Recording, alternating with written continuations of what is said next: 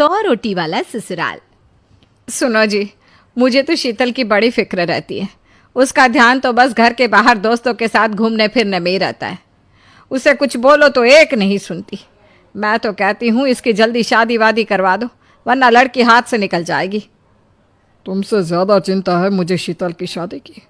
कल ही वो रामपुर वाले मौसा जी को फ़ोन भी किया था। बता रहे थे एक लड़का है नज़र में। उनका अपना घर है और लड़का भी अच्छा है। अरे तो फिर बस बात चलाओ ना, एक बार देखे तो सही लड़का और घर बार कैसा है। कौन से लड़की की बात चल रही है यहाँ? तुम्हारी शादी की बात चल रही है बेटी। अब तुम्हारी शादी की उम्र हो रही है तो लड़का तो देखना पड़ेगा ना। उफ़ो, मुझे अभी नहीं करनी शादी वादी। ये तो मेरे खेलने कूदने के दिन है। बहुत खेल कूद ली तुम। अब घर के काम धाम सीखने की कोशिश करो, समझी? ससुराल जाकर हमारी नाक मत कटवा देना। सब्जी काटनी तो आती नहीं इसको, तो नाक ही कटवाएगी। अरे मैं इसे शादी तक अच्छे से सब सिखा दूंगी। आप तो बस उस लड़के से इसकी शादी के बाद चलवाओ। कुछ दिनों बाद कुणाल और उसकी माँ शीतल को देखने घर आते हैं। कुणाल दिखने में बड़ा ही स्मार्ट होता है। शीतल तो उसे देखती ही रह जाती है। देखो जी, हमारी कोई डिमांड तो है नहीं, बस हम चाहते हैं कि लड़की घरेलू हो, घर के सारे कामकाज संभाल ले। अब आपके परिवार में तो बस 3 ही लोग हैं, पर हमारा तो खूब भरा पूरा परिवार है। बाकी हमें लड़की के घूमने फिरने दोस्तों से मिलने से कोई दिक्कत नहीं है। घर का काम करने के बाद जो चाहे सो करे। अरे वाह, ये तो इतने बढ़िया लोग हैं। लड़का भी इतना स्मार्ट है और ऊपर से इन्हें मेरे घूमने फिरने से भी कोई दिक्कत नहीं है।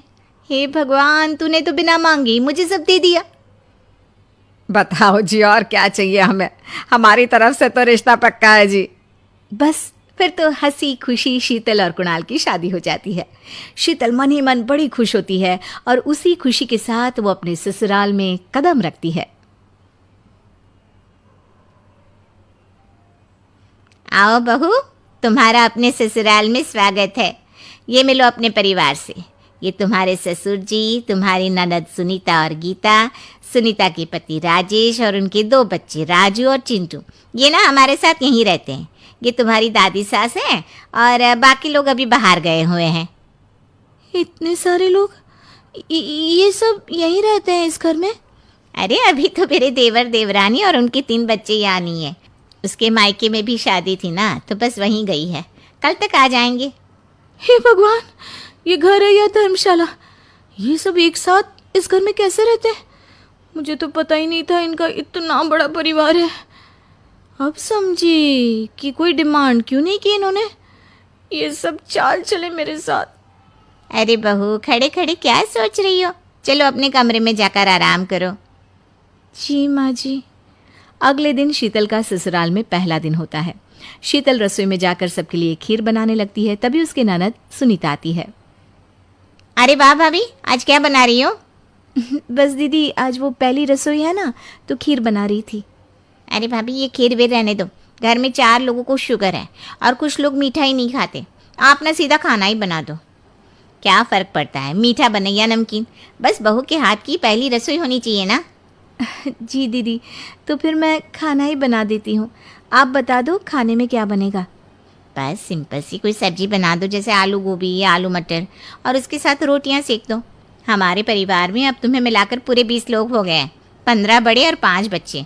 बड़ों की 6 और बच्चों की 2 के हिसाब से रोटी बना देना। चलो मैं चलती हूँ, सब देख लेना। हाँ, बड़ों की 6 रोटी मतलब कि 15 लोगों की 90 रोटियाँ, और बच्चों की 2 रोटी मतलब 5 बच्चों की 10 रोटियाँ। 90 और 10 मतलब कुल मिलाकर 100 रोटियाँ। हाय, मैं तो मर गई। 100 रोटी अकेले कैसे बनाऊंगी? माँ, ये तुमने मेरी शादी कहाँ कर दी? शादी से पहले तो मैंने कभी 4 रोटी से ज़्यादा नहीं बनाई। शीतल एक बड़ी सी परात में 100 लोगों के हिसाब से आटा निकालती है और उसे गूंथना शुरू करती है। आटा गूंथते गूंथते शीतल के पसीने छूट जाते हैं। उसके बाद बारी आती है रोटी बनाने की। शीतल एक एक करके रोटी बनाना शुरू करती है और 10 रोटी बनाते ही अपनी कमर पकड़ लेती है। हाय, मैं मर गई। मेरी कमर टूट गई खड़े खड़े, और ऊपर से इतनी गर्मी। मैं 100 रोटियां कैसे बनाऊंगी? अरे भाभी, सब बाहर रोटियों का इंतजार कर रहे हैं। ज़रा जल्दी जल्दी रोटी सेक दो। सबका हुसन तेरा तौबा तौबा